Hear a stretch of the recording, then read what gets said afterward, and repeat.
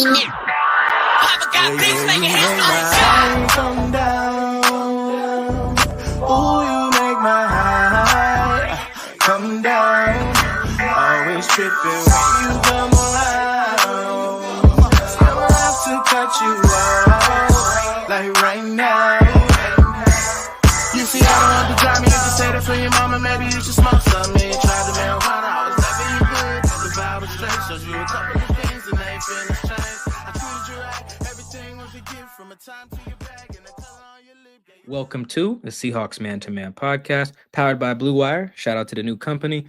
My name is Michael-Shawn and You guys can follow me on whatever Elon Musk is calling that app these days. My at name has not changed. It's also right under my face.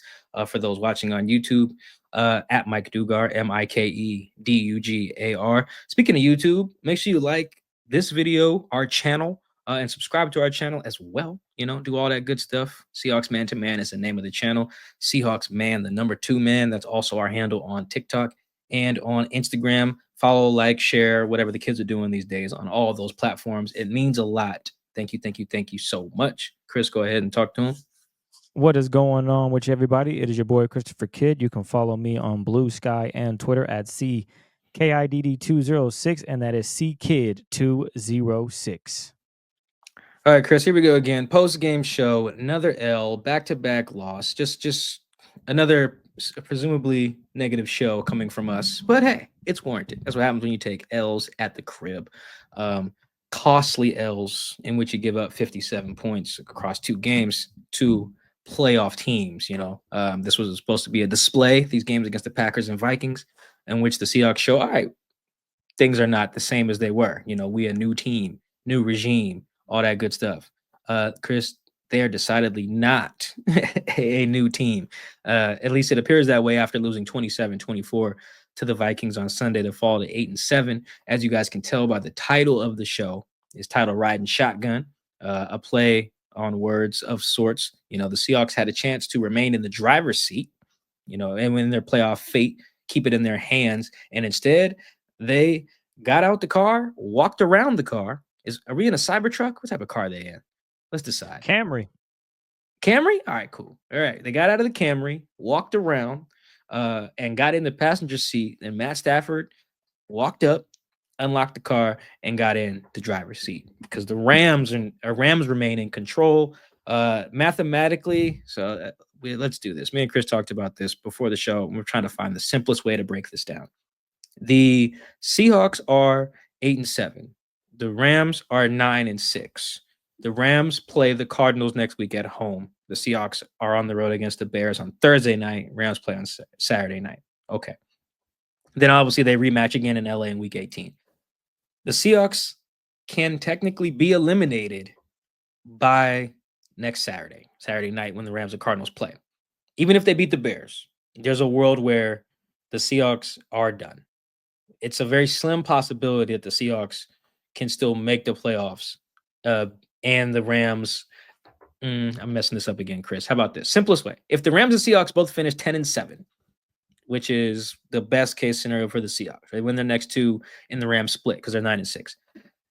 The tiebreaker that is pertinent at this point in that scenario is strength of victory. Right now, the strength of victory favors the Rams by 9 games, 60-51. Okay, cool.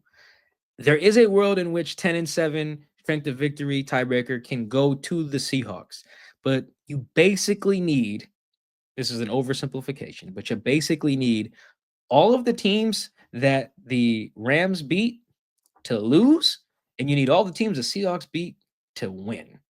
And if you go look at who the Seahawks have beaten, you can see why The Athletic currently has the Seahawks playoff odds at about 18%. That may be updated after the Bucs just lost to the Cowboys, but whatever. 18% is low, and it's that low because look at the teams the Seahawks have beaten. They beat teams like the Jets, not good.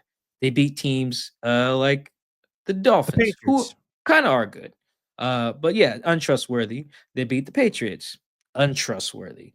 You know, they beat the Falcons, untrustworthy, and pretty much a wild card with Michael Penix now starting. So there is a world where everything can break right they need everything to break right. For my fellow gamblers out there, the Seahawks basically need to hit like a 13-leg parlay, damn near, to get in the playoffs if the Rams and Seahawks both end up 10-7.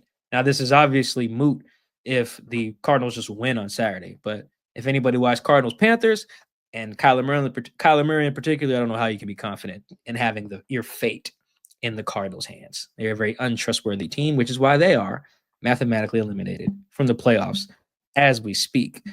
Chris, one more kind of scenario thing. I'm going to read this tweet from JB Long, who I think is like he's like the Steve Rabel of the Rams. I believe used to work in the Pac-12. He might still do. Whatever, doesn't matter. He says that the Seahawks could still win the tiebreaker strength of victory if Denver, Miami, Atlanta, and Arizona go off, while San Francisco, Las Vegas, who plays the Saints are a team that the Rams beat. If Las Vegas, Minnesota, New Orleans, and Buffalo all stumble. So yeah, guys, that's a lot of stuff. Basically, the Seahawks season is in the Cardinals' hands. And Chris, it's just a very familiar place. We've been here before. We've been here the last 2 seasons. They fired Pete because they were tired of being here, where they need other teams to help them out. Last year, I think 2022, they needed the Lions to help them out on week 18. Shout out to the Lions. They got it done. And last year, I think they needed the Bears to win, like the Bears or the Packers. I can't remember. I think that was the game in question, though. They needed some result from that game. I could look it up, but they just needed another team. And this year, it's the same thing. Now you can go beat the Bears, have a Merry Christmas, whatever, come back home, and if Matt Stafford just blows them boys out, you're pretty much screwed. And Chris, it is very on a big picture standpoint. We'll get into the nitty gritty of this particular loss in a second, because you guys asked great questions. Thank you for all the texts, DMs, Blue Sky, Twitter. Chris, I think this is the most places we fielded questions from today. We got questions from everywhere. If I check my mail, there's probably a question in there today. You guys is hot. But we'll get into the nitty gritty of all that. But the big picture, Chris, this wasn't supposed to happen under Mike McDonald. Like, this is like legitimately exactly why you overhaul the staff. It's like, all right, we're just not getting it done. We have the roster. We don't need to be scoreboard watching in late December, early January. Well, you did all that, and you're scoreboard watching again in late December, early January, in large part because you couldn't handle business at home. Chris, they're 3-6 at the crib. 3-6 back-to-back home losses to end their home slate. That is nasty biz, man. And it doesn't project well for the long term. It really doesn't, and I don't want to make this all just about Pete and his old staff, but you do kind of, when you fire all those people, you're under the microscope. John Schneider, Jody Allen, Mike McDonald. It's like, go be better.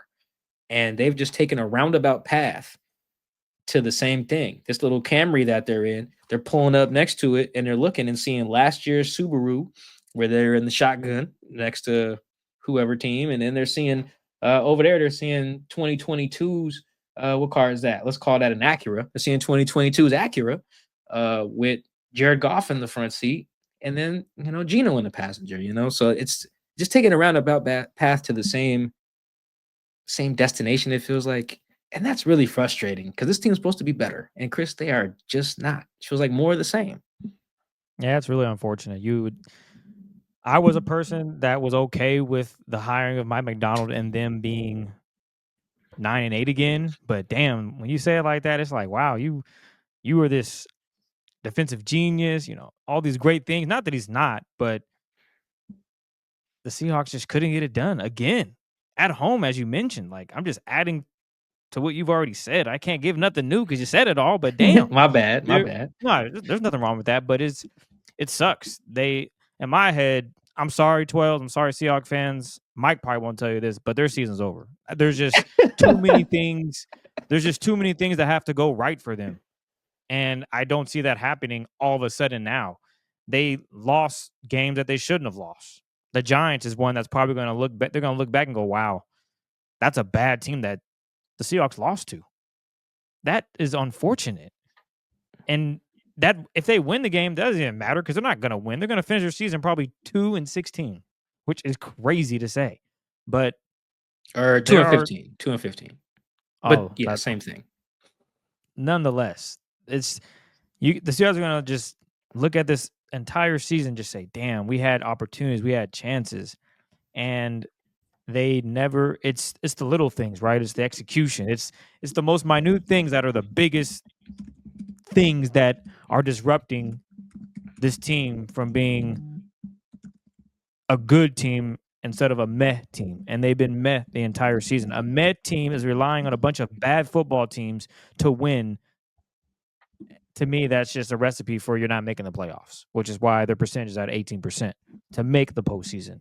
And damn, don't lose to the Bears now. You know, this team, the Bears are just awful. 4-11. What are they playing for? The guy next to him?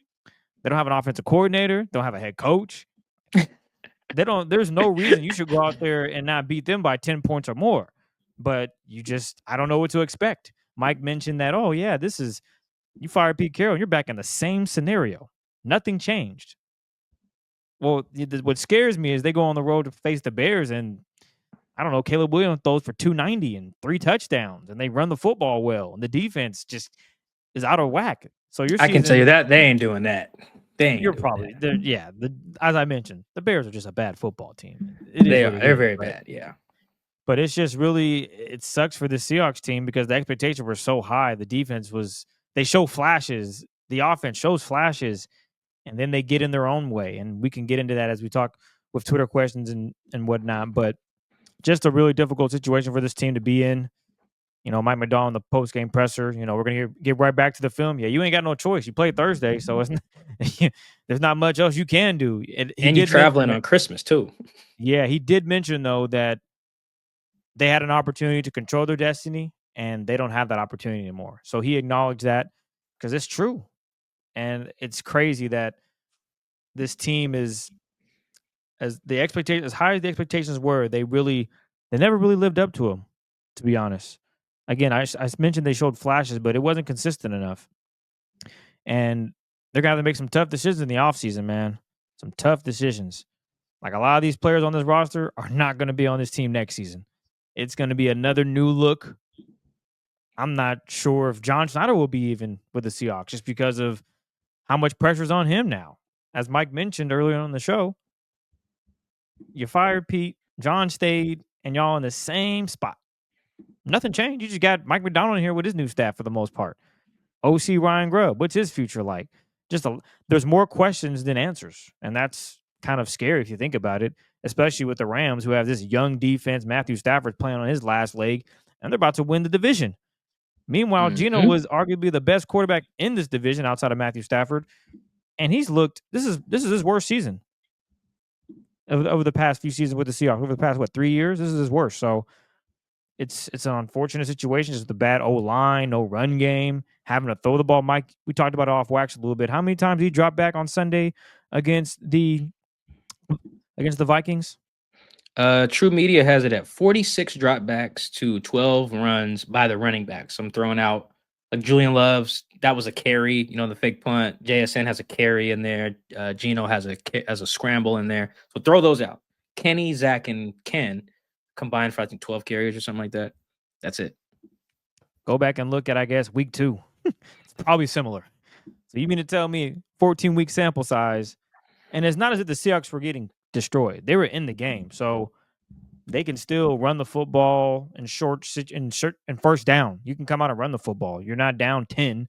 It's not a throwing scenario. You can definitely run your entire offense, but Grubb is like, yo, man, we're down, we're losing. I'm going to put the ball in Geno's hands. We're going to go win the football game. And unfortunately, as you guys all witnessed, that did not take place. So rough. You want to do an exercise real quick before we get to what questions? You got? Yeah, let's do it. Let's see. How many good teams have the Seahawks beaten? So let's go to just yay or nay. I don't think that's a great question. Let me pull up the Seahawks schedule. Just so you just say yes or no. Denver Broncos. I would say, that's a tough one. I would say they're a good football team.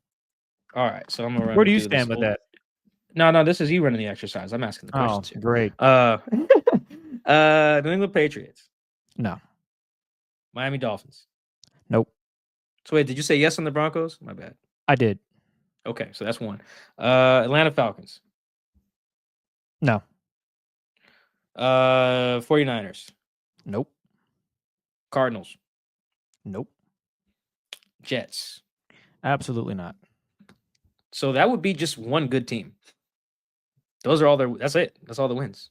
They beat the Cardinals twice. The So Giants, yeah, but we're not even going to mention them. That's no, fine. they didn't beat the Giants. Oh, that's right. I'm I'm saying bugging. the teams they beat. Yeah, they didn't beat Only 8 them. wins, Chris. Come on, man. Do your Yeah. math. Well, I only named 7 teams, but I did the Cardinals twice. But anyway, yeah. So that'd be one win. That's one good team. And the Falcons are the only other playoff team that they've beaten. The Falcons, who by virtue of the Bucks just lost. Damn.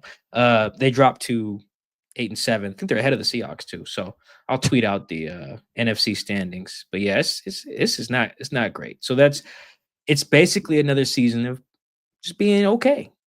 They took a different path to being okay, but yeah, it's just just okay. You guys know I'm a big point differential guy. Where's the Seahawks at in point differential? Let's look at this real fast.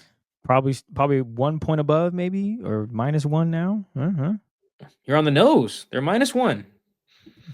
They have been outscored by their opponents on the season by quite literally 1 point. By 1 point. Oh, that's a mad football team. Yeah, just decidedly mediocre. And I think that we'll get into why I think this game, kind of perfect segue into the question portion of the show. This game encapsulated that. I felt like at some points they looked really good on both sides of the ball. They were, had some really good run stops, tackles for loss, good pressure on the QB, some good plays in coverage. They look on it.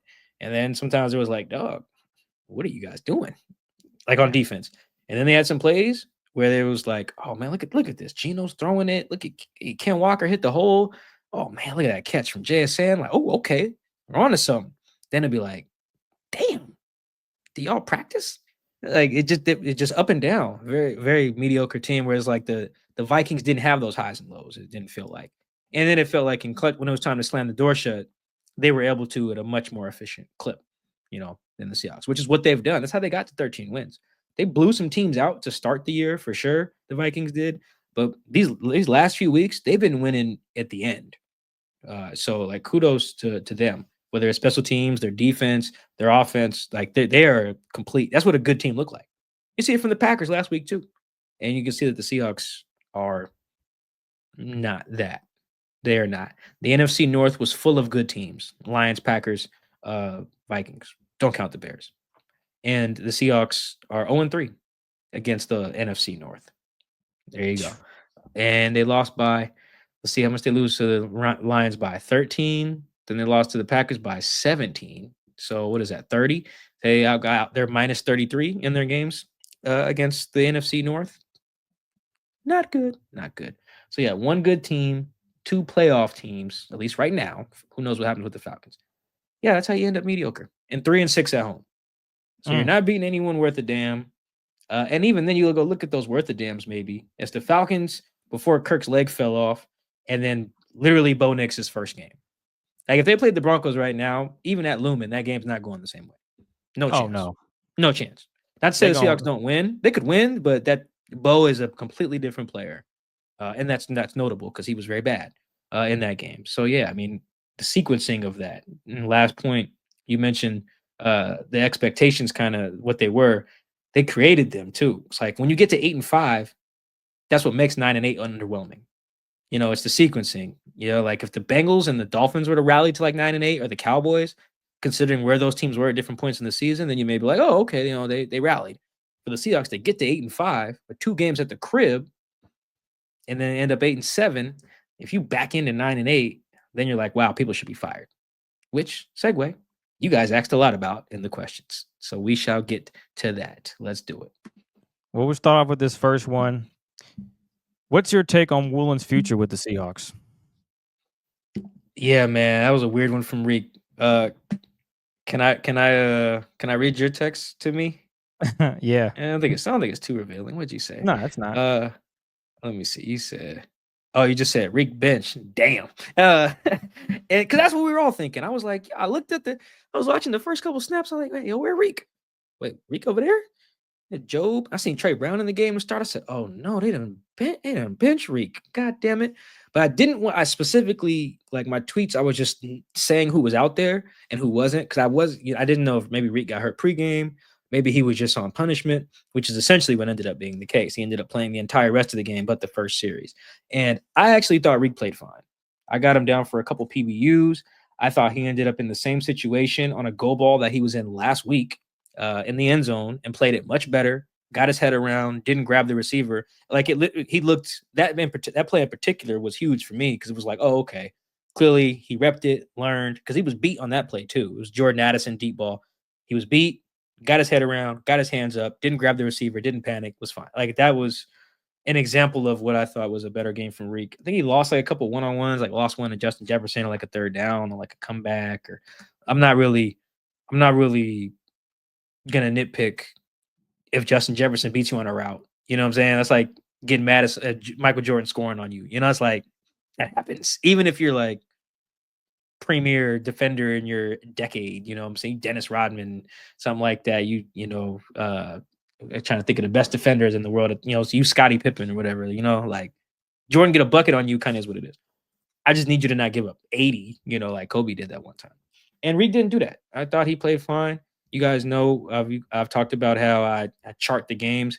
I put a circle around a guy who gets cooked. I put an MT next to a guy who misses tackles. Like I have ways of tracking who's playing well. And yeah, I thought Riq was fine. I actually thought, Chris, we can get into this. I thought Mike played a really dangerous game there with basically putting Riq on timeout for a series. Like, so here's my, I'm going to skip one of the texts I sent to you. But I said, how does Mike McDonald think that Trey Brown's not better than Josh Jobe, but then he trusts him in one-on-one against Justin Jefferson? And then you hit me back and said, Mike's playing a dangerous game. And I said, an illogical game, you know, and we agreed on that. Because that part didn't make sense to me. Like Trey, he basically said, Trey, you're not good enough to play over Josh Jobe or Riq. That's what Mike McDonald said after he benched him in favor of Josh. That's fine. Whatever. We don't have to relitigate that. But to do that and not play Trey for a month and then just be like, yep, you're in, buddy. How would you like to go one-on-one with Justin Jefferson? Not to say Trey can't do that, but it's the process there. Mike's a big process guy. I was just like, I don't understand that. And I didn't get a chance to talk to Mike McDonald about it after the locker room was a ghost town. So I very rarely talked to anybody, honestly. Everybody got out of there or said they don't want to talk. So I didn't get an explanation for him. But Chris, I thought that seemed like more trouble than it was worth to make a point. Like if the point was like accountability or whatever, like we got a standard here. That's cool. But it feel like today that was at the expense of the team. Because I don't think Trey played after that touchdown he gave up. And then Riq played every series after the touchdown they did give up to start the game. And it just felt like a game of musical chairs with your corners that you just didn't need to do, like to assert your authority as the new head coach. And it really hurt the team today, I thought. Yeah, I almost tweeted. So if Riq plays that first drive, do they score? Like I know it's a dumb tweet to put out because nobody knows that answer. But I'm thinking, you know, Riq, he's not bad. He just had a few bad moments last Sunday against the Vikings, and for him to get benched, I'm watching the game Against thinking the like, Packers. against the Packers last Sunday. I'm thinking first series, I'm watching this. I'm like, yo, Riq's not out there, and I'm listening to the broadcast. Like, is he hurt? I'm checking tweets. There's no one saying that he's injured. So I said, I know Mike McDonald not bench, bro, for the game. And then the second series, he's out there. And I'm like, so wait a second. You benched him for the first series and then you bring him out there. So I was curious as to why. And then when one of the reporters asked in the post game, the answer wasn't what I was expecting. I forget exactly what he said, but basically he alluded to the fact that it was a team decision. Basically, I can read you what he said. Okay, go ahead, Mike. Thank you. Tweeted that out. I wasn't in there for this part, but he said just a team rule thing. We made it right, and that's what we decided to do. What was best for the football team. We'll move forward. Was that really best for your football team, Mike? I don't know, man. That's that 7-0 start. You don't have your starter out there. He ain't hurt. There's other ways you could punish a guy. I'm not a head coach, so I don't know, but penalizing one of your best corners after a rough game, I don't know what happened in practice. Maybe something happened in practice that I wasn't aware of. But to bench him for the first series, that seems a little extra. That seems like I'm the new guy in town here. I'm the sheriff, my way or the highway. And it cost your team 7 points. That was a risk.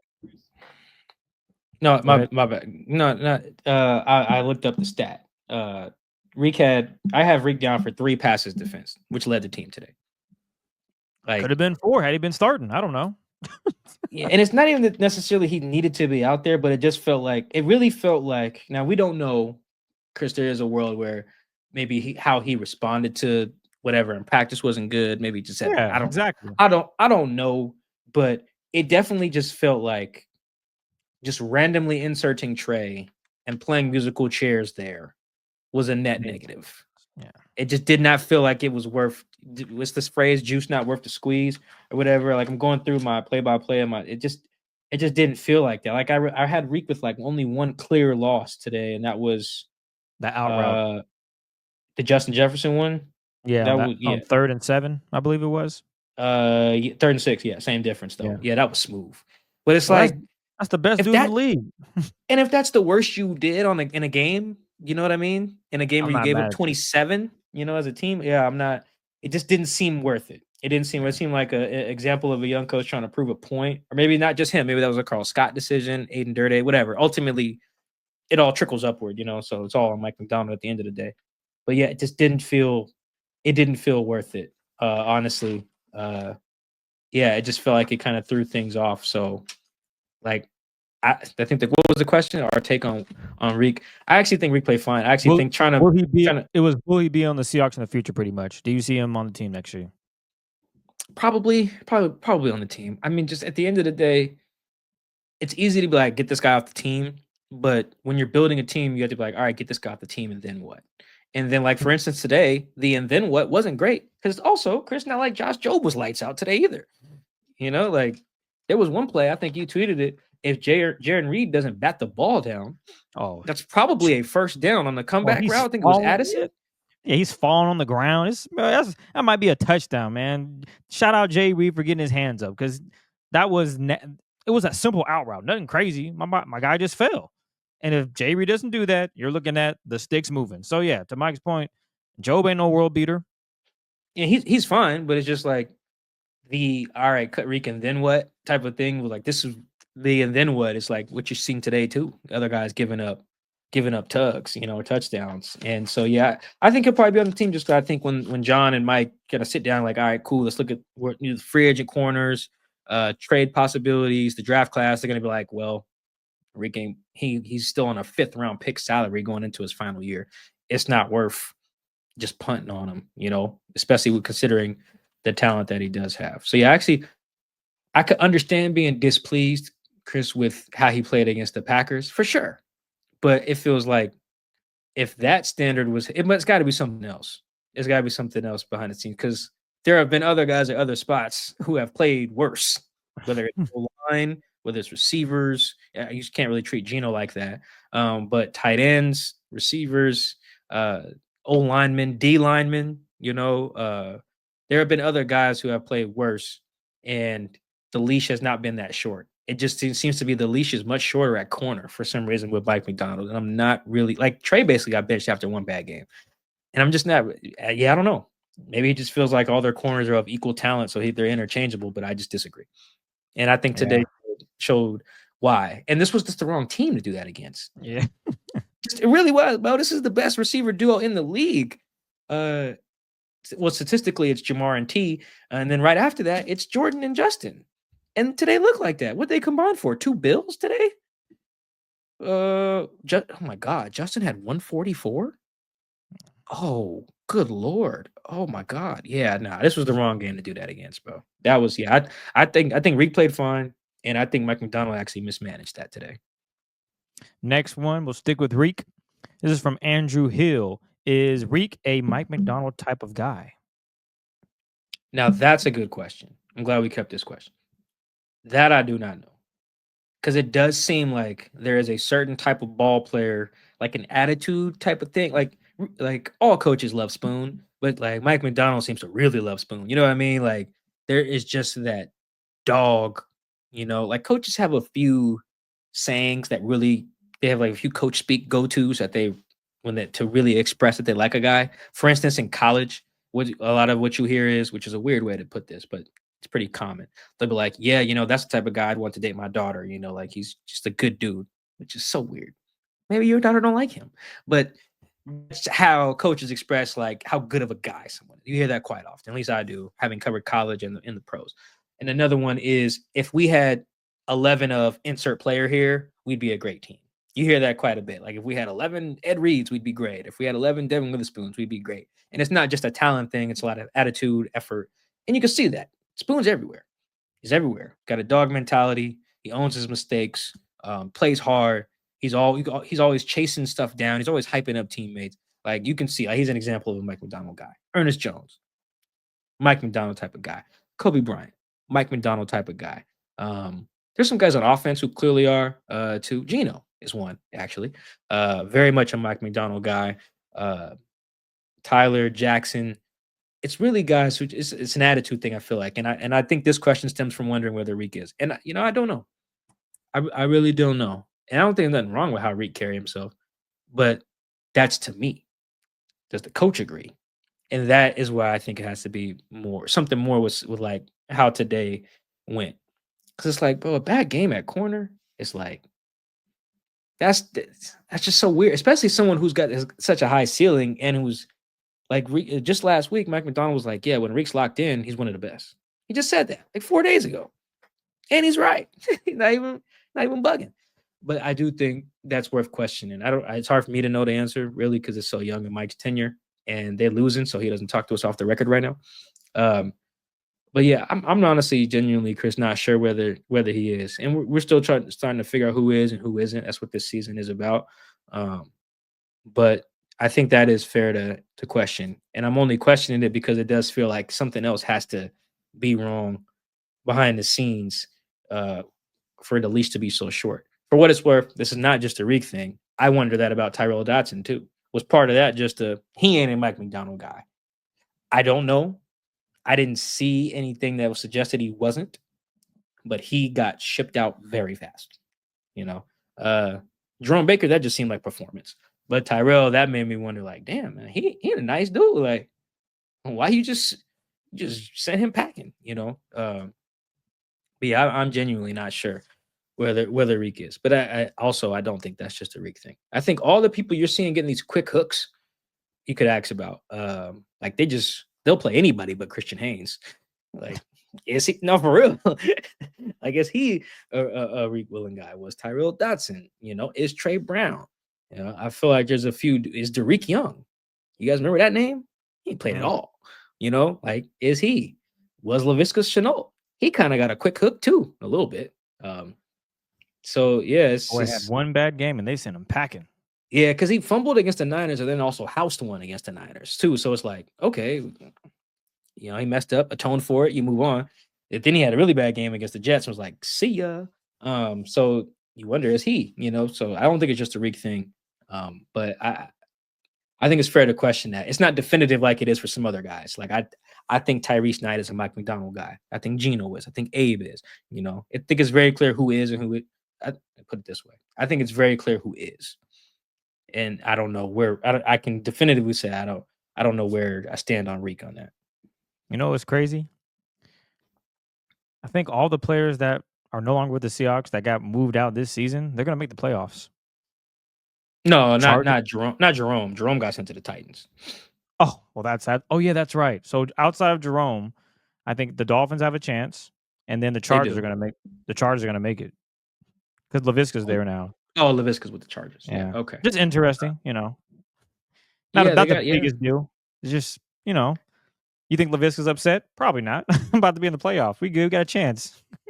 Oh, one more on that. He's not going to make the playoffs, but I think that my guess, I'm really projecting without any reporting on this, but my guess is Darryl Taylor was also not a Mike McDonald guy. That'll be my guess. Which is why he ended early. Quick for nothing. Like, I think, no, for real, they got, I think they ended up getting like Travis Gibson out of that or something like that. And a 6th round pick? No, I think they ended up getting a 6th or something like that, but then using it to get Travis Gibson or something like that. It doesn't matter. Either way, they don't play Travis at all. And now I think he's on IR. So they were just basically like, we'll give you away. When you giving people away, it's usually when I think that you're just not fit for it. That's why they gave away Akella Witherspoon, for instance. They were just like, you're not one of us. Go. Same. I think DT falls in that probably as well. This one comes from Slim at Ziggy Not Nice. Was Riq expecting safety help on that game-winning touchdown? Oh yeah. I didn't talk to Riq after, like I mentioned, and I didn't even see Julian. Usually Julian's in there. I don't know if he was ducking us or he dipped out fast. He might have been hurt and in a training room. That's usually another reason why you don't see guys. So I don't want to say he ducked us, but I didn't talk to him, and I talked to everyone else in the media. No one else talked to him, so we're not sure. Mike McDonald just says they ran a 7 route, which is a corner route, and we didn't get there fast enough, which pretty much throws it all on Julian. And you look at the play, you can see it on the broadcast, all 22. It's all the same thing. It's too high. It's too high. Put it this way. They're running the same route that Geno threw the pick on. It's the same thing. Underneath corner, over the top safety on the other team's best receiver. And I don't know what Julian was looking at. It doesn't look like there was any other threats to his side of the There's no other routes on that side of the field at all. I do know that. They showed that on Fox. Saw that pretty clear. HD, 4K. No other routes over there. And it's the other team's best player who might be the best non-quarterback in the league. Him and Jamar Chase and like Myles Garrett or something like that, you know, Saquon. Like, you got one of the best players in football screaming at you vertical for a potential touchdown for the game. I don't know. Like Chris, sometimes when we play flag football, he'll know the situation. He'll be like, yo, I don't really care what the call is. Just cheat over there so that the guy doesn't beat us. That's exactly what I would have told Julian. Hey, man, I don't give it. Who are the other Vikings receivers? Let me just. Who's number 83? Naylor. Excuse me. Is Jalen Naylor. Cool. Yeah. Let's say Jalen Naylor was running like a through route right up trying to split the safeties. What I told Julian, I don't care what 83 does. You better make sure 18 don't catch this corner route on us. And that would have been the mandate. And maybe they did tell him that. I don't know. But yes, that's why we should have included that, I guess, in the Riq discussion. But we had the question later. That's also why I don't think Riq played fine. The touchdown not on him. It's very simple coverage. Everybody runs it. That's a way to beat cover 2 to that side is to run a corner route. Everyone runs it. Matt Stafford throws 10 of them every game. And Puka catches all of them. that's pretty much how they win games. Puka catches all them joints. He really does. And the Seahawks got beat on a very simple, hey, run a 7 against cover 2, hit the hole shot. It wasn't even a hole shot. Hole's open. And it was just so bad. Yeah, I'm not really sure what Julian was looking at, what the threat was. Even Mark Sanchez on the broadcast was like, yeah, there's no excuse. You got 2 people over there. And I can see why Riq dropped because Aaron Jones was leaking out. And if Sam had just chucked it down to Aaron Jones, who would have ran for 20 yards, everyone would be like, oh, damn, where's our flat defender? Where's Riq? You know, so Riq was doing his part. Julian's supposed to have his back. He did not have his back. And I just can't fathom not having Riq's back against Justin Jefferson with the game on the line. That's just the type of mental mistake that is how you end up 8-7. It really is. That play right there. Like, it's just a very simple route to stop with that coverage. You call that coverage to stop that route and just wasn't able to do it. Well, let's go to the offensive side. Ruh-roh. For the Seahawks. This is from also known as Phil. Who makes the call when it comes to choosing the offensive coordinator and the offensive line coach? Good question. It can vary from staff to staff. Ultimately, those are head coach hires, but everything has to get approved by ownership and by the GM typically, unless the GM just doesn't have as much power. Like Pete could pretty much hire whoever because he was technically above John, right? Like, he helped hire John. So if he's like, my son's going to be the OC, not really much John could do. That's why if you notice in the offseason, John was like, nothing really changes, just the coaching staff falls under my purview. That was one of the things he said, and he said that was contractual, which makes sense. If you fire Pete, coaching staff now belongs to John. That makes perfect sense when you fire the coach. So it can depend. It depends. Like, I'm trying to think of somebody who was also above their GM. I think Andy Reid might be over like that Veach dude. So he probably can hire whoever he wants, like his kids, if he would like to. Long story short, Mike hires his guys, but him and John got to basically agree. It's probably a case of like, yo, here's the guys I'm thinking. All right, let's see who we can get A, B, and C. And John's like, all right, cool. If this is, I agree with you on him, and him. Not so much him. Here, I know this guy from the past, so I may, here's a recommendation on this guy that I know. Yada yada yada. Let's all be in agreement. And ultimately, it really falls on Mike. Like if you hate Grubb, it's Mike's fault. Put it that way. If you hate Scott Huff, that's Mike's fault too. Especially since Grubb is his, Grubb and Scott are a package deal. Both came from the Huskies together. So it can depend. But if you're like, Mike, they should fire Grubb, which I peeked at the questions. Ooh, that's a lot of you guys. Then basically, yeah, that's a Mike issue. Though I will say, in terms of hiring, I was talking to some people about this over the weekend. Mike was put in a very tough spot. And this is why there was reasons that Chris and I talked about in the offseason to be skeptical of the hire, is because just as important as getting the head coach right is getting a head coach who can hire a staff. Has to be able to hire a staff. Mike is only 37. Mike does not have a coaching tree. He is not, of course, he doesn't have a coaching tree, but he's not been around very many different staffs either. He's only worked for the Harbaughs, either at Michigan or in Baltimore. That doesn't give you much of a base to pull from, not even really in college, And it hurt too that Baltimore staff got purged. Michigan staff got purged because Harbaugh left, and then Mike gets hired, right? So you have Mike only has a limited Rolodex of people he knows that has worked with him to call. He got hired last, I think. I think he was the last. Him and DQ, I think, were the last two coaches hired. So he's 37 with not much of a Rolodex of familiar faces and coaches, and he gets hired very, very, very late in the cycle. That makes it super hard to find viable candidates. So I do think I'd be very surprised if Grubb was his number one and Scott was his number one for those respective positions. But it doesn't matter now. You hired them.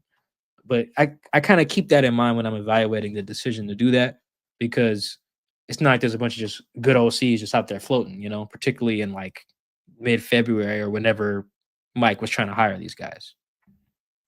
This next one is, how much of the offensive struggles can be assigned to Grubb, and would you expect the Seahawks to make changes in the offseason? Oh, definitely make changes. Chris, this offense, man, this is not a good offense. I can't believe we're watching a Seahawks offense that ain't good.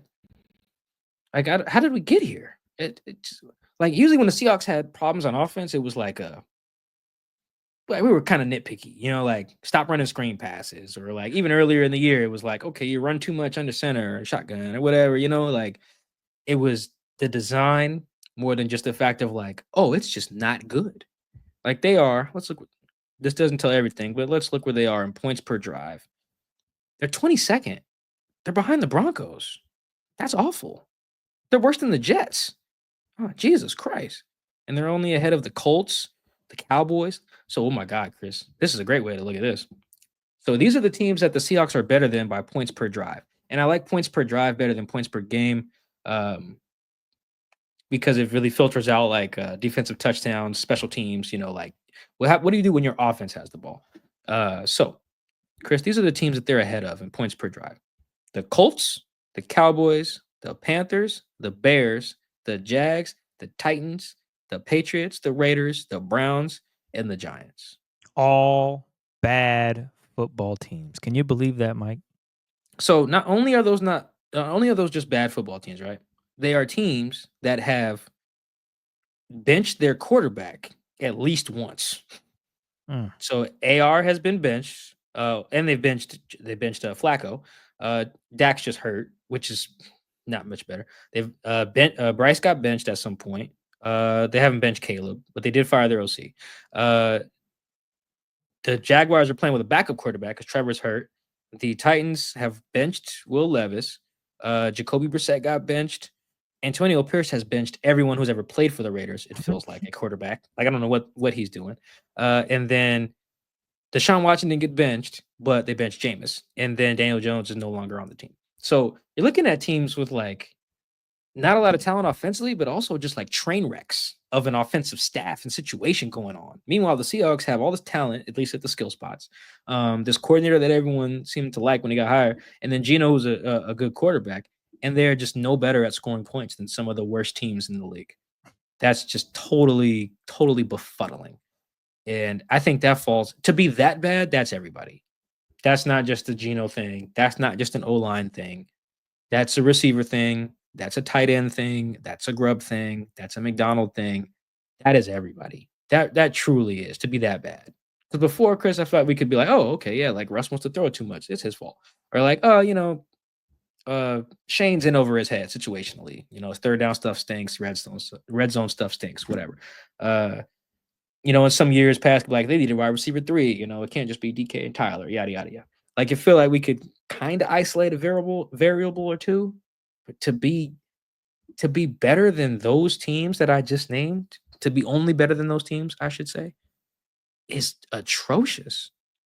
That's not a one person thing. That's the type of stuff that Chris would make me just start to get into firing people for real. Because that's even with the O-line problems, there's way too much talent to be finishing, to be as bad as some of these teams are.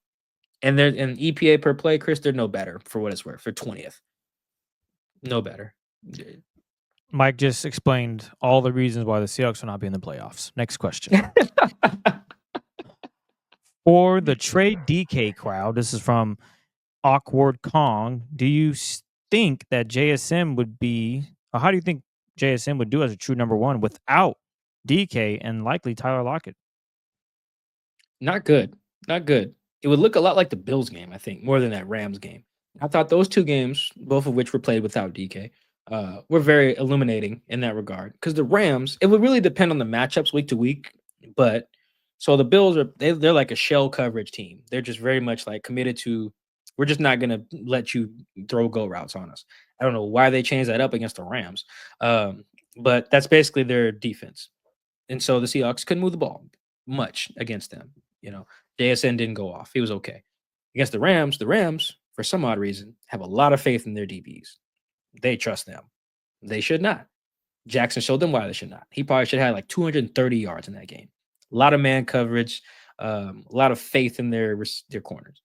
I would imagine that if the Seahawks if JSN was clearly the best receiver, you would get a lot more of what the Bills did.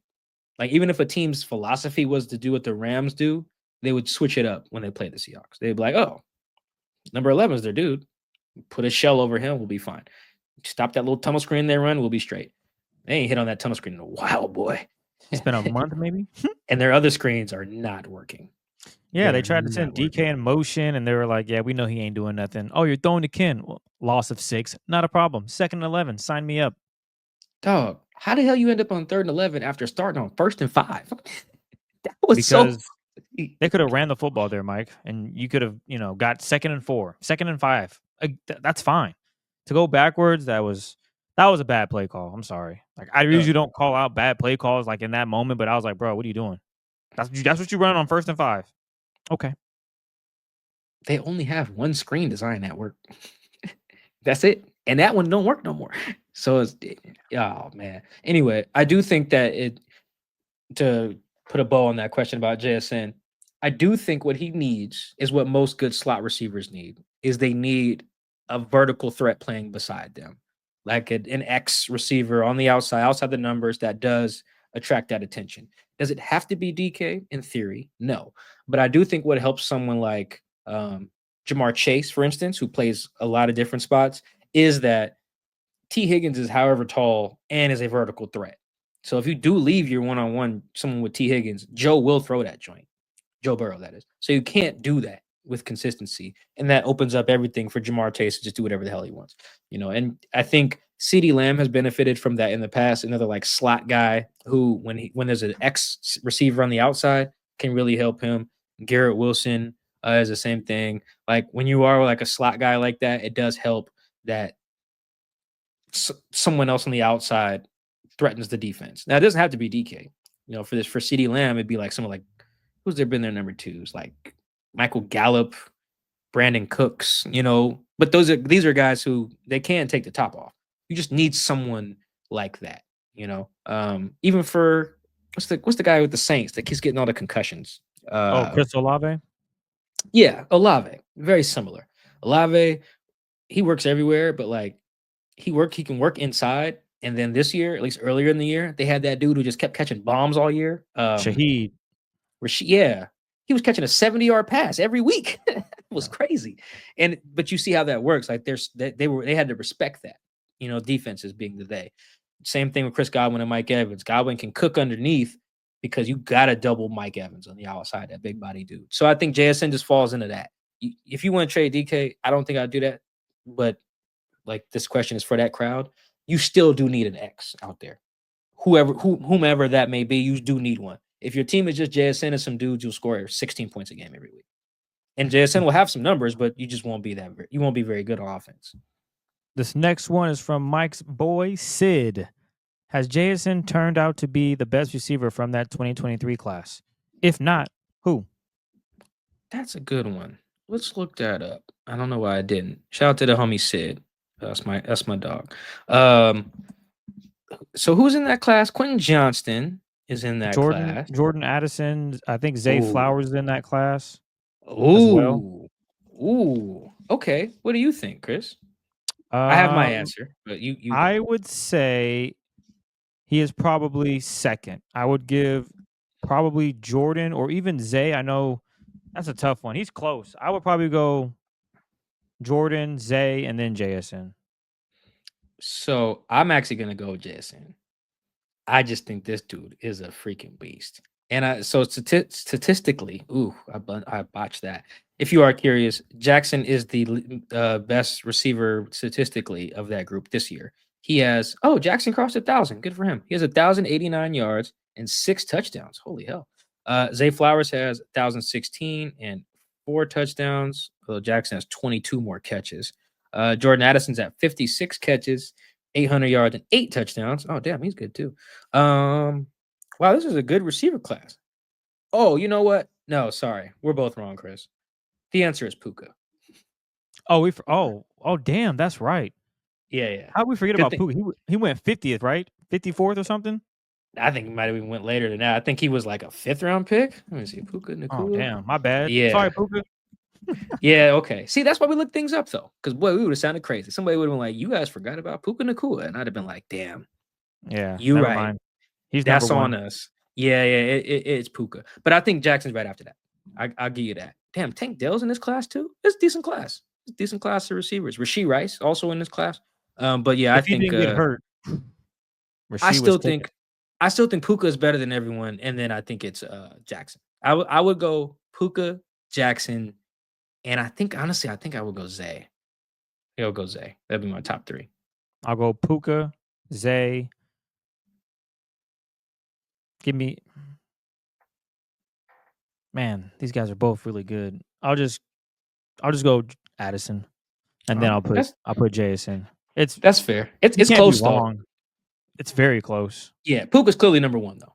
He's number 1. He's number 1. This next one is from Miller Muse. Actually, let me double check and make sure there's no other JSN ones since we're on JSN. Screw it, whatever. Miller Muse. Is it who's to blame more on that last interception, Geno or DK? So yeah, this is tricky. Geno I asked him about it, and he was just like, "It's an interception. If you see something go wrong, put it on me." And that's very good of him. Good for you, Geno. That's called accountability. I think people are tired of hearing these type of responses or whatever, but I really feel like that's just the fan base being spoiled, because the minute that he starts throwing his teammates under the bus, you guys are gonna be on his head, and I know you would. And think. Okay, let's pretend. Chris, ask me I'm Geno. Ask me what happened on the interception. Hey, Geno, what did you see on the interception there? Yeah, so we had a play called. She really shouldn't have been backed up against the sticks, but we had a play called. They were running they dropped 8, so we 5 up front. They got pressure at the gut, so I threw off the timing of the route. I tried to throw it a little early to DK. He broke off the route. Receiver jumped it. That was the ball game. Now, did I tell the truth in that response? Of course I did. You see how many other people I blame in that? Nobody wants to hear that. I know you guys are tired of Geno's. Some of his like, oh, I got to be better. I got to be better. I understand.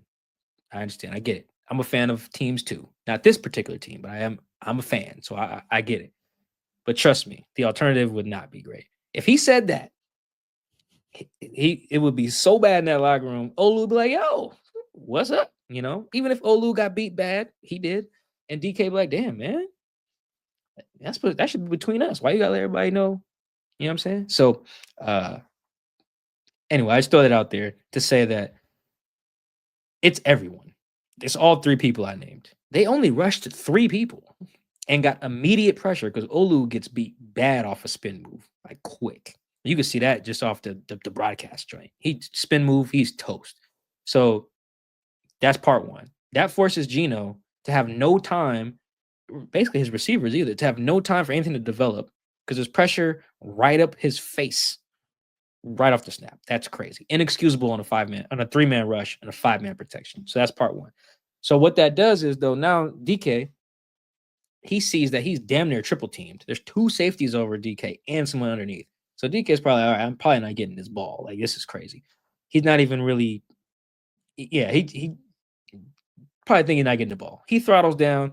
Geno has to throw it early with anticipation, which is fine on 4th down.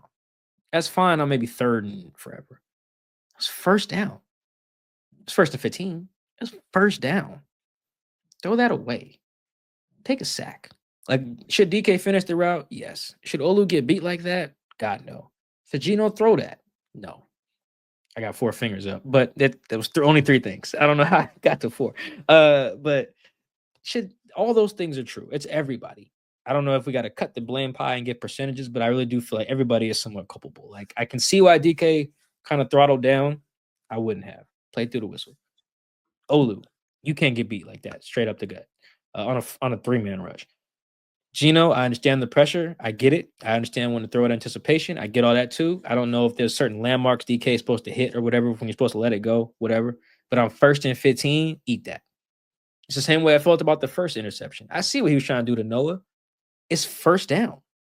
Throw that at Noah's feet and live to play another play. And because he does that all the time. Does that meaning, make the right call, throws it away, dirts it, like he's got that decision making. But those are the type of plays where it's just like, on 1st down, you don't have to force that. 2nd down, you don't have to force that. If it was 4th down, I'd be like, whatever, you gotta make a play. But yeah, so it's everybody. But those 3 people, I feel like in particular. So not just Geno's not clutch or whatever. It's really all everything broke down on that play, and it started with Olu losing on a 3-man rush. What is up with DK? I wish I could be more specific, but man, rough day. Yeah, I actually thought DK was okay. I do think once you're in a position where DK is at, you see this in the NBA too, when a guy is like good for a few years but hasn't won a championship, the fan base slowly starts to appreciate the things you do well a lot less and starts to focus a lot more on the things you don't do well. And that is the place DK is in. DK is a monster. Like, that touchdown against Stephon Gilmore today, that's hard to do. Like, that's hard to do. And he had a couple other catches that were really good today too. That stuff's hard to do. But now I think he's at the point where everyone's like, it's a lot of focus on what he doesn't do. It's a lot of body language watching. It's a lot of like, oh, okay, well, he doesn't go up and high point the football. He fumbled earlier in the year, hasn't since really after like the Lions game. But then it was like, okay, well, he doesn't hold on to the ball, and they're like DK Chris is like, are you familiar with like the whole 80-20 rule in relationships? Yeah. Yeah, it's the short summary of it for those who are not familiar. It's the idea that like when you're in a relationship, you're getting by 80% of what you need generally, but that 20% you're not getting is you're just infatuated with a lot, and that's how it ends up people to just be unfaithful.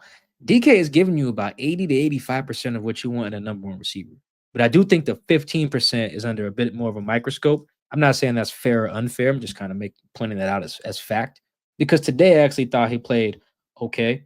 I thought, like, even on I don't know what they said on the broadcast, you can tell me, Chris, but on the ball that Shaquille Griffin drops. Oh my goodness. I see why DK probably thought he wasn't getting the ball. Again, he's double covered. And B drifted inside because of what he saw the safety doing. Instead, Geno reads it as, hey, we're gonna go outside. And then it ends up almost being a pick. Like, I can see it sometimes, So I'm not as hard as DK maybe on everyone else. Did they talk about that on the broadcast on what should have happened there? If I'm not mistaken, Mark Sanchez was indicating that DK needed to stay and run his route. No Okay. matter what you see, they call a play. You got to do what you're supposed to do. Because if you don't, a player is able to make a play on that. And when he saw that there was, as you mentioned, a certain look, he tried to get creative. Geno ain't got time for you to be creative. Under pressure, I believe, on that play as well. So Geno's like, I gotta get rid of it. I want to play here, and I know this is where DK is supposed to be, and he's not. So I think that, if I'm not mistaken, that was where Mark Sanchez was alluding to, like, yo, DK, you got to run your route. Like, that should have been a pick, but it wasn't. So if I'm not mistaken, that's what Mark Sanchez said. I can see that. I can see that too. Without talking to Geno or DK about it, it's hard for me to, I'll defer to the, guy who's played in the NFL before. But from my view, I could just see why DK would break that off. But the problem is, it does seem like he's done that quite a bit with Geno. Did it against the Patriots, right? Or no, it was the Broncos. It was that post pattern over the middle, and he didn't run it through all the way, and Geno delivered it right to the defender. He did that against the Niners, for sure, on Thursday night. Okay. His last interception against the Niners. He also did it against the Bengals. It led to a pick by Cam Taylor-Britt last year. And then DK owns these. He tells him, like, yo, I ran the wrong route, or I should have flattened my route out or whatever, So, yeah, I get it, though. I get it. See, but we're pretty much doing a lot of nitpicky stuff, though, because Jackson has a lot of these same faults, He's just the new kid on the block. Like, Jackson runs the wrong route. It was damn. Pull up my nifty notepad, my iPad here. Go ahead, Mike. Continue. I'll find it. Oh yeah. While you're looking, I think because Jackson does a lot of the same stuff. He runs the wrong route, goes the wrong way, drops a pass here or there. He's better protecting the ball when he has it. Kudos to him there. But like in general, he's giving you about 85% of what you want to, right? But he's cheaper, younger, so it's like not as nitpicky, which is fine. DK got the bag, whatever. But I do think that's where I think we got to acknowledge that that's where we are with analyzing DK, because I do think he's fine in general. And quiet as it's kept, man. And I'm glad Ryan Grubb mentioned this last week, because I asked Ryan Grubb. I said, "Yo, what's the conversations like between you guys in terms of using DK's gravity to make sure other guys eat, but also feeding DK too?" And he was like, "That's a great question. It's a really tough weekly balance." And he said last week he wouldn't apologize to DK basically for not getting him the ball more against the Packers. And he also mentioned something I've known about DK for a little bit here, that he really isn't like diva demand the ball dude, like you kind of see Debo, AJ.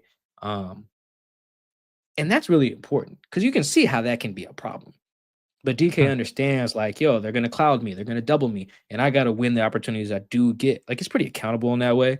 And I do give him credit for that, because it doesn't have to be that. There's plenty of dudes who beef about targets and make it known and tweet or post on IG stories. You know how receivers get down. And DK don't do that. Like, he's a flawed receiver, like all like most of the receivers in the league that ain't Jamar Chase. But I just wanted to give him that credit, because I do think we're at the place where there's a lot of focus on that 15-20% he's not giving, when really big picture he is generally pretty low on the list of things that's wrong with the Seahawks offense. There's like 7 other things that are much more pertinent, I would say. I couldn't find it, but it was a specific route where the defense looks like they're going to pressure Geno. They drop into a zone defense, and JSN is doing an out, but he was after the play, Geno throws in the dirt. He misses him because it appeared that Geno wanted him to sit in the zone, and instead he just ran an out route. It's as if there was a miscommunication in this scenario. Like, hey, if they're in man, yeah, hit that out. But if they're in zone, I need you to throttle down, which JSN is really good at. I talked about that a few weeks ago on Standout Plays, his ability to find holes in zones, throttle down, Geno delivers a dart. This was a similar one. I believe it was a second down play. It might have been a third. Go ahead. I can tell you exactly when it was, by the way. Thank you. Finally. I'm glad you I know. I'm glad. Yeah. No, I didn't need to look. I know exactly what you're talking about. It's the 2nd and 11 after the botch screen. That's what it was. Yes. Yeah. That's so exactly he wanted him, and you can see Geno. I'm pretty sure I can read his lips. He said, "Hit the hole, sit in the zone," and you can see he's frustrated, because if he sits there, JSN's probably getting a first down. because there's no one that can see him. Everybody's playing an area. They're watching the quarterback, but JSN was behind the linebacker. You can't see behind your head. You don't have eyes back here. So that was just one of those mistakes that JSN made, as you mentioned.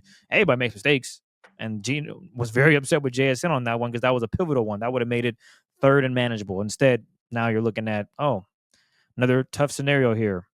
Third and long. You know how critical that sequence ended up being, though? Now we're just piling on Jackson. But so on that exact sequence, right? So it was 2nd 11 after a terrible screen pass, right? Jackson could have probably got him to like 3rd and 4 or something like that if he catches it, if not a first down, like you mentioned. Cool. So it ended up 3rd and 11. They called a timeout before the 3rd and 11 as well. And so that ended up mattering because then they only had 2 timeouts later in the game. And then Geno got sacked on 3rd and 11, and then they punted. So just an awful sequence that when you talk about the details and everyone doing the right thing, like that sequence is actually it's a really good example actually of what kind of why the Seahawks are where they are. They get the fake punt, then get a 1st and 5 because I think the Vikings had 12 men on the field. Yep. They call a bad screen pass to back themselves up, not even with the defense doing it, back themselves up. Miscommunication between Jackson and Geno. Burn a timeout before 3rd and 11, then get sacked on 3rd and 11 because Van Ginkel or whatever beats Sautowa, and then you end up punting. Like, just that's the Seahawks right there. Their offense, at least. That right there, that whole sequence is just the Seahawks in a nutshell.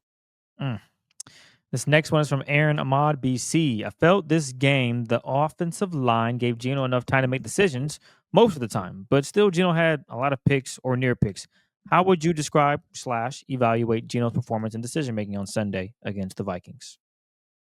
Yeah, I think this was a game that was kind of emblematic of Geno as the Seahawks quarterback. And I say that to mean they were in the game because of what Geno was able to do.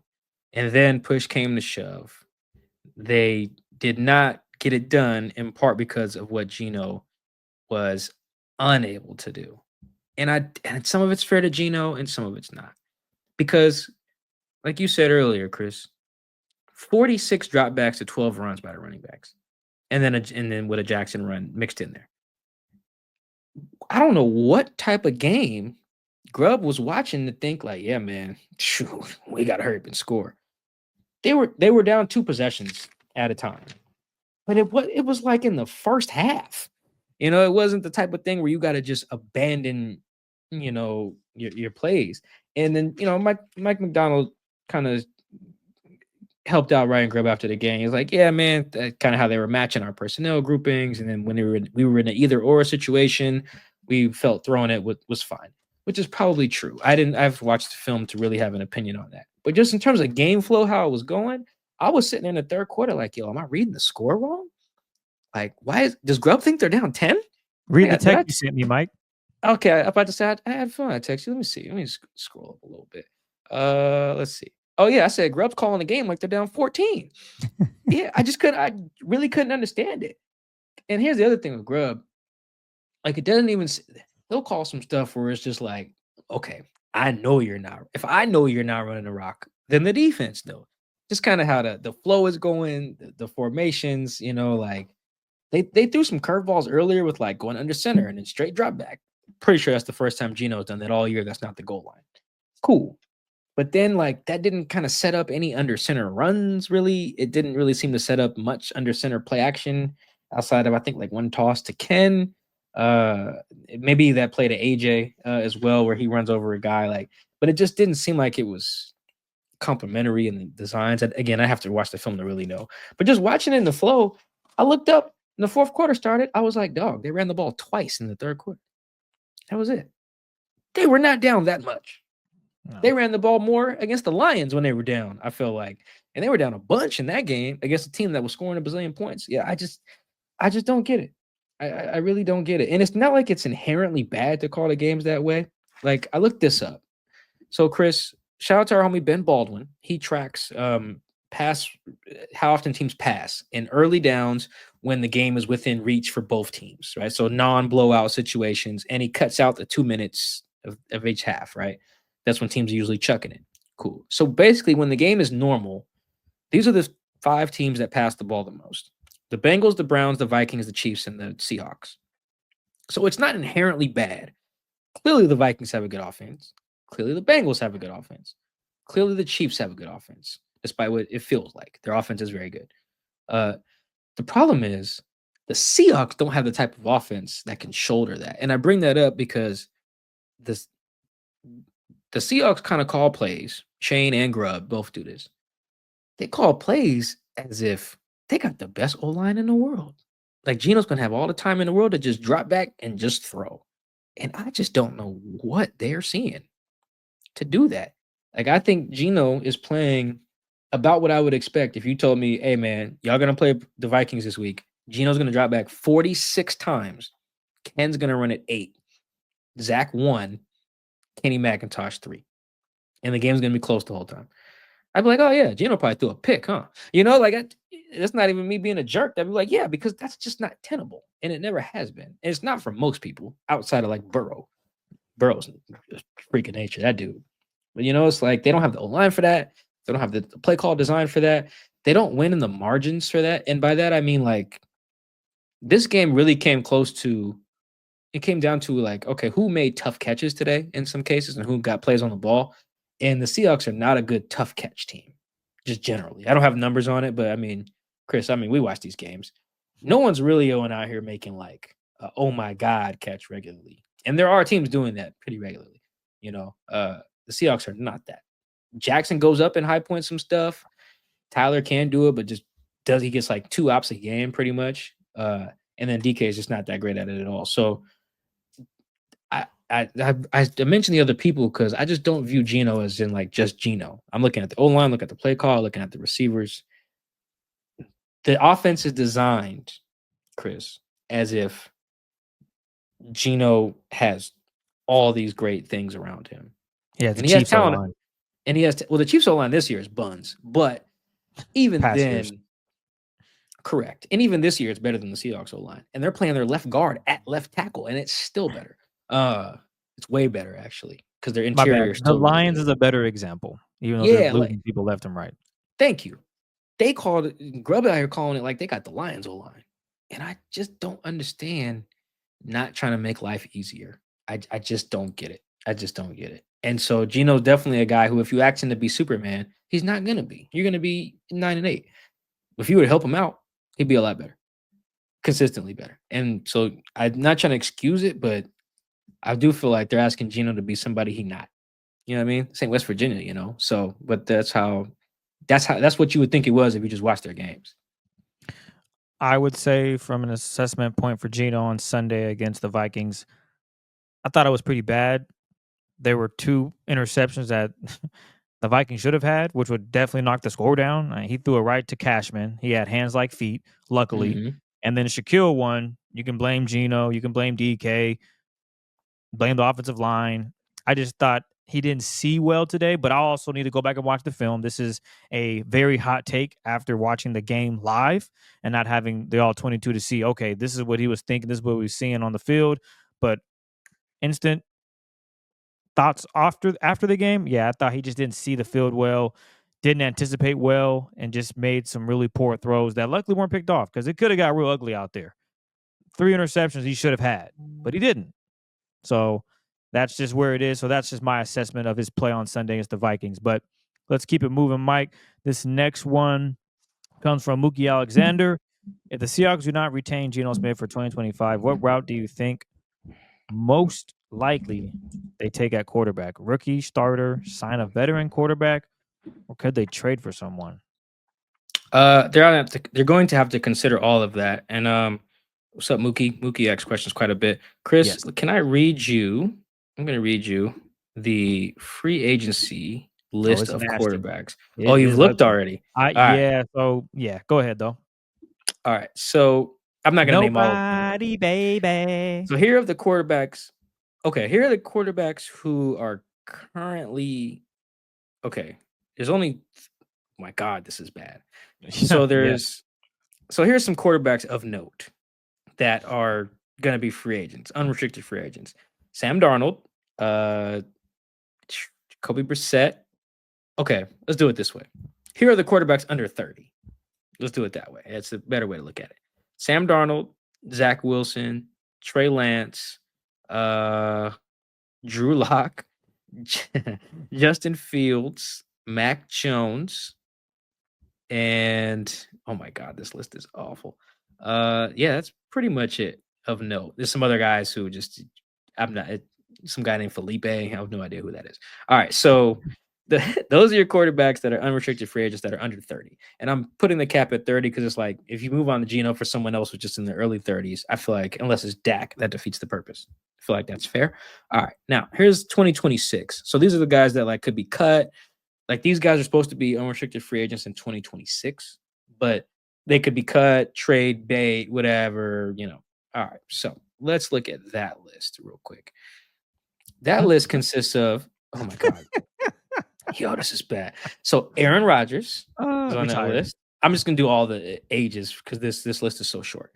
Aaron Rodgers, Tyrod, Trubisky, Jake Browning, who's somehow 30, Gardner, Kenny Pickett, Davis Mills, Brock Purdy, who's probably not going anywhere. Malik Willis, whoever Carter Bradley is, Tyson Bagent, I think that's the tatted up dude from the Bears, and then Sam Howell. So Chris, those are your guys who are like, okay, maybe you trade for them. And then you got the other guys who are like maybe moving on from even if they're not like their contracts aren't expiring soon. That's guys like Derek Carr, guys like Kirk Cousins. If I'm missing anyone of note, I am sorry. But Chris, I feel like outside of maybe adding Jameis to that list and Russ, no, they're not doing that. Outside of Jameis and Russ, that's probably everyone, right? I would guess of the veteran pool. Feel like we're forgetting anybody. That's it, man. Yeah, that seems about right. Cool. All right, Chris, like you said, that's freaking yucky. That's awful. Your best bet is actually Sam Darnold. Like if you don't want Geno, your best bet is Sam Darnold. And I think Sam, the way the Vikings, you're right, and the way the Vikings use Sam is exactly how they should use Geno. Like Sam has to make big time throws here and there for sure. But they gave him two of the best route runners in the league. The O-line is good. Even though they lost their left tackle, still good. They run the ball. Now, obviously, I read their passing stats. They pass it a lot. But they have a good run game. Their play caller is really, really good. And then they pair that with a really good defense. Like, they are a team in every sense of the word. And that is what's helping Sam be who he is. Like, I feel like if you put him in a situation, if you put Sam in a position where he had to be what Geno is, like you just swapped him, Sam would lead the league in interceptions. Guaranteed.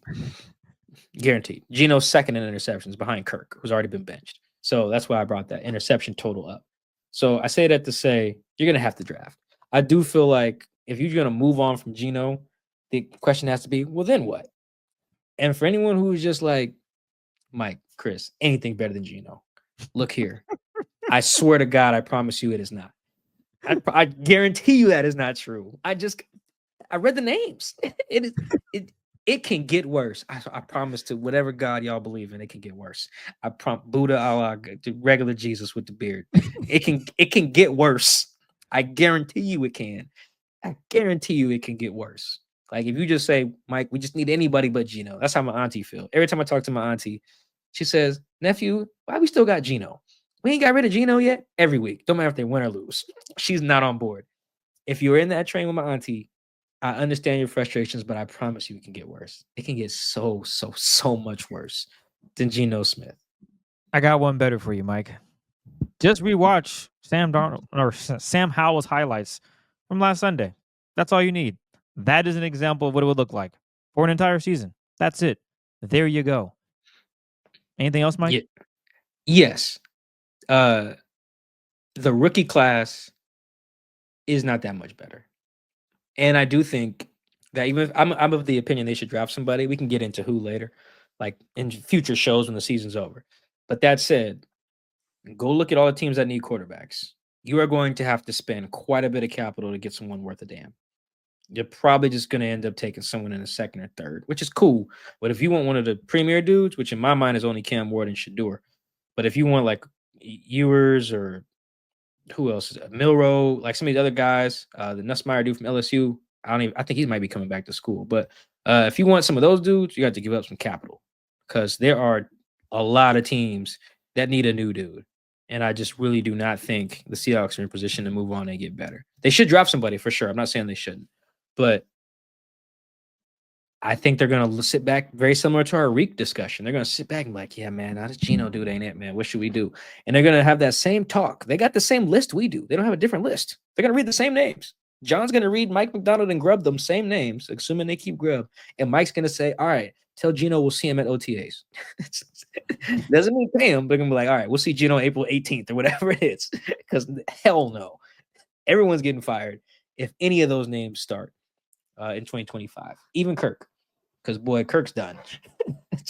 I don't care if you get Kirk on minimum wage or for 20 mil or 30 mil. He is done. He's getting you fired in 2025. I can almost guarantee that. So, yeah, it doesn't look great. It really doesn't. Just draft someone, develop them. If you don't want to pay Geno, that's fine.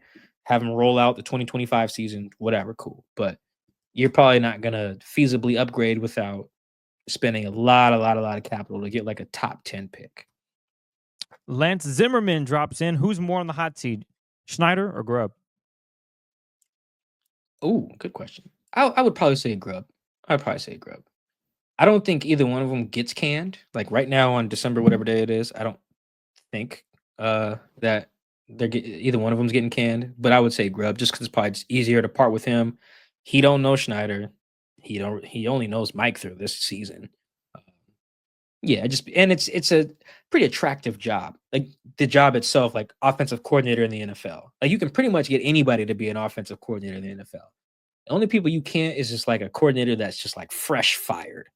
But even like a head coach, excuse me, that's like fresh fired. Like who's a head coach that calls plays? Kevin O'Connell. Brian. I'm saying someone who's going to get fired, like Doug Oh. Peterson of the Jags. Like Man. I think he called plays at some point. I don't know if he still does. If he gets fired, he'll probably take an OC job. You know, it's what he's done. Same thing with Brian Daboll. Covers, I think he calls plays for the Giants. That doesn't matter. Like if he gets canned, he'll probably take an OC job. Like that's a demerit those guys tend to take. Very similar to when a DC, like Robert Saleh's probably going to take a DC job. So it's just your candidate pool is pretty wide. You can get someone from college. You can get a former head coach. You can get another team's quarterback coach, a run game coordinator. You can get another OC from another staff, like Thomas Brown from the Bears or something.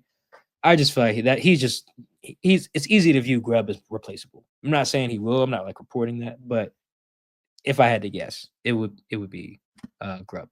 I also just feel like Schneider must be Teflon. Because I just don't know how you can keep putting out the same product every year and no one critiques it. Schneider's like McDonald's. He's just been giving us same cheeseburgers since black and white TVs, and we just still paying for these joints, even though they cost more now. Double cheeseburger like $4, still buying it. You know, Big Mac like $6. I'm like whatever, give it to me. And an apple pie and your ice cream machine don't ever work. Like it just feel like it's the same thing, and he just can't go nowhere. I just don't understand how he is this Teflon. It's baffling. But yeah, I think he's safer than Grubb. At this point, is Grubb just not listening to the boss? I read this question when I was walking in my car from Lumen. I really laughed out loud. I'm sure the people on the next level of the parking garage could hear me. Because you know what, Chris? The answer is probably yes. Bro. There's no way, man. I know Mike McDonald said what he said today, but there's just no way that he's just this comfortable with like not giving Ken the ball, running it. Kenny McIntosh is running it really well. I think when he gets opportunities, I just don't see how Mike McDonald, he being a lover of offensive balance, can be like, nah, we're good. We're running it enough. We're good. How? He can't. I refuse. People, listen to me. I refuse to believe that Mike McDonald is cool with that. There's just no way that their game plans are this lopsided. When they're sitting in there in their offices on Saturday night, Sunday morning, whatever, they having brunch at IHOP or they having beers in the facility at Saturday night at midnight. There's no way they're like, all right, guys, we're good. Yeah, no, I think, this is straight. Let's run it. We just sprinkle some runs in there. We'll be all right. You know, but really, we got to attack these guys through the air. I just don't see it. He can't be listening, Chris. He just cannot be. He cannot be. I refuse because it doesn't make no sense. How can you talk about being the more physical team, owning the line of scrimmage, playing a style no one else wants to play. Everyone wants you to drop back a bunch. What you mean this? Because that's their thing on the wall. It's like a style that no one wants to play. Cool. That's your identity. That's what you want. You're not playing that. Everyone wants to drop back against your O line. Literally everyone. Like every team is like, yep, bring it. Oh, just straight dropbacks, empty, whatever. It don't matter. Yeah, a shotgun, pistol. Y'all gonna drop back a bunch? Cool. It's like that Patrick Beverly meme when he was on ESPN for 3 days, just dumping on Chris Paul, just licking his chops. That's it. That's what teams are with this plan. This is a style that everyone wants to play. Like, this is it. And I just cannot believe that they're agreeing on this plan. There's just no way. They just cannot be. If they are, maybe they both should go because that's insane. There's nothing that suggests this is how you should be playing ball with this version of the Seahawks in 2024.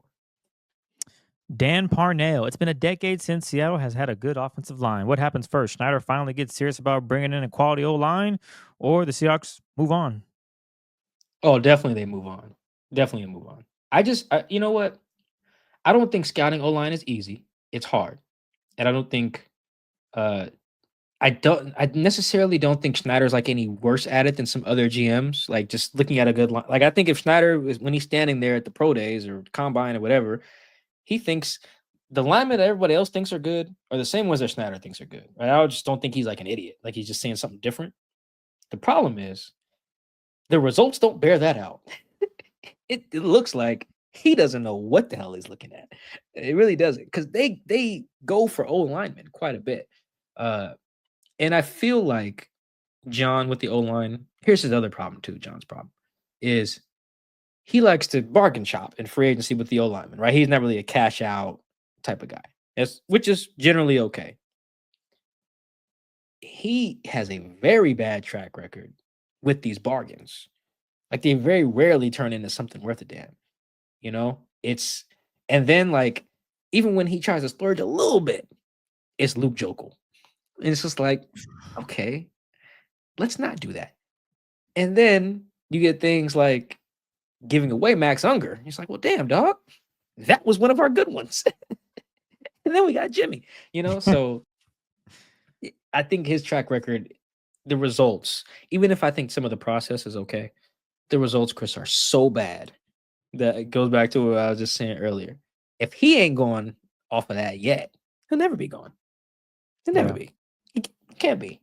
Because if you think now it's bad, like, well, I got you Abe, I got you Charles, like, okay, cool. It's 2 out of 5, but it's like, even Olu's like decent, so I feel like nothing. He would have to put just legitimately 5 dudes who just can't do anything out there to get canned.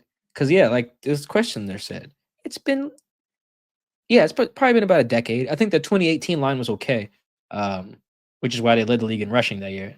But outside of that, it's just been not even just average lines, like some of the worst you'll see. And I just can't imagine being employed when you're so bad at that finding that particular position group. And it hamstrings you literally every year. It's unreal. Yeah. This next one is from Sammy C521. They forced out Pete Carroll to get better. Did Jody, John, Burt, whoever make a mistake if they're going to move on and be worse at the stuff Pete was great at and be just as bad at the stuff Pete was bad at? Yeah, no, it's a great question. It's too early to say if they made a mistake for sure. I think it's early enough to say they didn't necessarily that it hasn't panned out. At least not right now. It hasn't panned out. Was it a mistake? I don't know. But yeah, I do think it's very frustrating that it's not even that they're bad at all the stuff Pete was bad at, and how the question was framed there, because like they have a top 10 defense. Pete hadn't had that in years, since 2017, since Chris Richard was the DC. So it had been a while, but now their offense has regressed. It's just, if it ain't one thing, it's another. Before they had terrible defenses and the offense was fine. Now it's just flipped. You just found a way to flip it. And then on top of all that, the special teams has just been an adventure. I don't know what Jalen Darden doing back there sometime. My man caught a punt at the 1-yard line. What are you doing? And that was a rocket too. Like it was very clear that punt was going to go on the end zone. It's like a 60-yard punt. It was it was flying, bro. It looked like a Hail Mary. I was like, that almost would have went in the first row if he didn't catch it.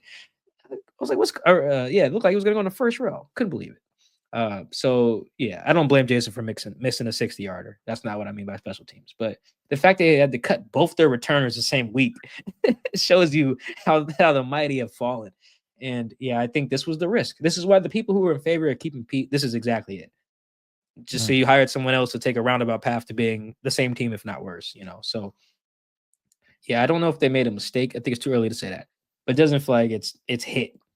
I mean, we're still in the TBD stage, which you guys know my position on it. If that was the case, I'd rather just keep Pete, So yeah, it's not great, man. They really needed to nail this, and I really think they screwed themselves with the timing of it because they had to wait so long to talk to Mike.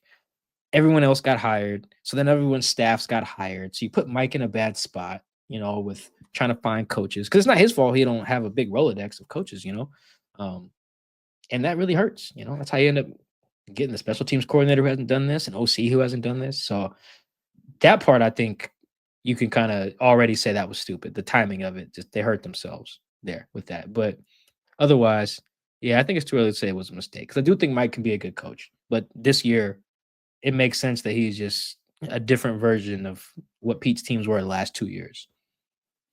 This next one is from Axel MTG. With your understanding of what ownership expected from the team this season, what do you think the reaction will be this offseason if they don't make the playoffs? Will they start firing folks left and right, letting players walk, or will they let the team and staff develop for one more year? I think heads are rolling if they don't make the playoffs. Because that is literally why they fired Pete. That was like John's first words when he stepped up there after they got rid of Pete. It was like, yeah, in 2022, we overachieved, and in 2023, we underachieved. Okay, what's he going to think of 2024 if you go 9-8 again, even if you go 10-7, whatever, if you just miss the playoffs? Boy, they are about to be so hot. Heads are rolling in there. I don't think Jody and Bert Colt are like as impulsive as like John Irsay, because like he needs like rehab and stuff, and he just gets to firing people. He makes rash decisions. He doesn't have much patience. I don't think Jody's like that, but to have such an obvious, barometer to measure the previous staff on, or to measure the new staff on, and to fall short of that, that's tough. Like you can talk about some incremental improvements in certain areas, particularly on defense, which does matter. But to be like, man, we're tired of 9-8, and then to go 9-8 again, oh, I'm firing a bunch of people. And me as in like Jody from Jody, and from Bert from John, or maybe I'm firing John, But that it's just so obvious what we didn't want to be. Yeah. It's just so obvious. It could not have been more obvious. John said it plain as day, and he described it as a mandate from Jody. We need to go be a championship caliber organization again. That's who we need to be. We underachieved. We need better from this organization. We need to take that next step. There's no steps. No steps. Hamster wheel. Just took a bunch of steps, same spot. So yeah, I think my guess would be if they were to miss the playoffs, in particular if they go 9-8, again, heads rolling. Don't know whose head, but I would say multiple heads, because it's just so obvious that they did all this to not be 9-8. Like that was the fear. Like why are we just so average? Why are we mediocre with all this talent we have?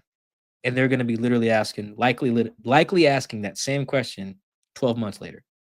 Yeah, that's how people get fired. Last one, Abraham Newell. With all the contracts needing to be addressed in the offseason, who would you prioritize to re-sign and who would you let walk? Okay, let's do a speed. We're going to dive into this type of stuff in the offseason, so I'm glad you left this for last because we kind of got to like round robin this. But let me look at the roster real fast. I mean, I know the roster, but you guys get the point. So I'm re-signing Charles. I'm not re-signing me. I'm just going to extend Charles because the Seahawks don't have the luxury of being like, let's fix every part of the O-line and left tackle. No. Just lock up Charles. Makes life easier that way. So I'm keeping Charles. Of the other guys who are potentially I got to do something to, I don't really think I'm extending anyone, Chris. I really don't think I am. Outside of Charles. I probably need to do something to Geno's contract if I want to keep him because his cap hit's super high. But outside of that, I'm not really extending anybody. Like, and when I say that, I mean like Ken's up for an extension, Abe's up for an extension, uh, DK is, Boye is. So the entire 22 class is Kobe, Riq. So that whole draft class. So just imagine that. That whole draft class is up for extensions. Nope. Uh, except for Charles. Sorry. Yeah, Charles. I'm. It's just too hard to find left tackles. Here, Charles. Whatever money you need, just please don't leave us. That's what I would say for real. Because if you need to find a, think about that, Chris. Think of all the other positions that are not satisfied, and now add left tackle to that. I'm not doing that. Keeping Charles. So he's up, and after that, man, that's really about it. I'm tweaking Geno's deal to keep him for part of the reason because of that discussion. Chris, I really wish we could be in the room when they sit down and be like, all right, so if we don't have Geno, what else are we gonna do? And they just go through that list I read. Somebody's getting laughed out the room. They have no choice. They are in nope. If anything, they have to wait till 2027. That's your best bet. And even then, it's like the only one's Baker Mayfield. Well, I do think some other teams are going to make some interesting decisions, you know, like on some guys who are not even that old. Like, for instance, the Cardinals have a decision to make on Kyler, I think, because he's very much like Geno. He hasn't made it definitive that he's the guy. You know, like if you think Kyler is, cool, but it's not obvious. Like it's obvious with like Josh Allen, Mahomes, Burrow, Herbert, Lamar. Like he's not in the obvious category. Like you can definitely argue that he's not. So like that's an interesting one. Trevor, I feel like, is in a very interesting spot. They're gonna be a new regime there in Jacksonville. Trevor has not made it clear he's the guy, you know. So you have a few things there. Then there's Darnold's situation. So and look at the defense. I bring back Ernest Jones pretty much at whatever price point he would like. Leonard? And yeah, well, Leonard just got signed. I don't gotta do nothing there. I'm trying to think of people who like I would probably have to do something, you know. Like their agent's gonna call and be like, "Yo, hey, can we get an extension?" Click. I guess phones don't click anymore. We need to bring that back. But yeah, of the guys that you got to do something about, yeah, I'd probably move on from Draymond's contract. It's a bad contract. I might bring Jay Reed back, but let Jonathan Hankins walk. Yeah, re-sign Ernest for whatever that takes. And yeah, no one from the 2022 class getting an extension for me unless it's Charles. And I'm tweaking Geno's deal to keep him. Probably just add some void years or something. I'm not talking about like giving 50 million or whatever, but you just can't keep that cap hit. Just throw some void years on it, swipe the credit card, whatever. And yeah, I'd be iffy on the like Geno, or excuse me, on the DK extension. I'd be iffy on it because it goes back to our Jackson combo, Chris. Like you do need an X receiver that stretches the field, but it does feel like you can find that if you really want. Is he going to be as good as DK? No, of course not. At least not off rip.